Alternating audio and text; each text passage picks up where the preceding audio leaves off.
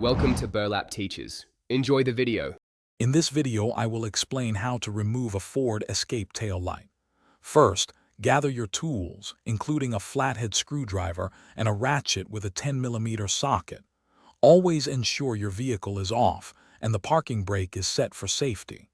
Then, open the rear liftgate to gain full access to the tail light area. This preparation makes the process smooth and safe. Next, you'll need to locate the two small plastic covers inside the liftgate opening, near the tail light.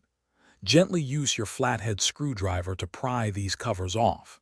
They might be a little snug, but they should pop right out. Removing these covers will expose the two 10mm bolts that secure the tail light assembly to the vehicle's body. Now, with the bolts exposed, use your 10mm socket and ratchet to loosen and remove both of them completely.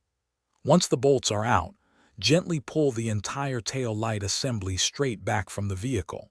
It might feel a bit stuck due to alignment pins, but a firm, steady pull will release it. Finally, disconnect the electrical connector by pressing the release tab. To replace a bulb, twist the bulb sockets counterclockwise to remove them from the housing. Insert your new bulbs, ensuring they are the correct type for your vehicle. Reinstallation is simply the reverse of removal. Connect the electrical connector, align the tail light, push it into place, and secure it with the two 10mm bolts. Don't forget to replace the plastic covers.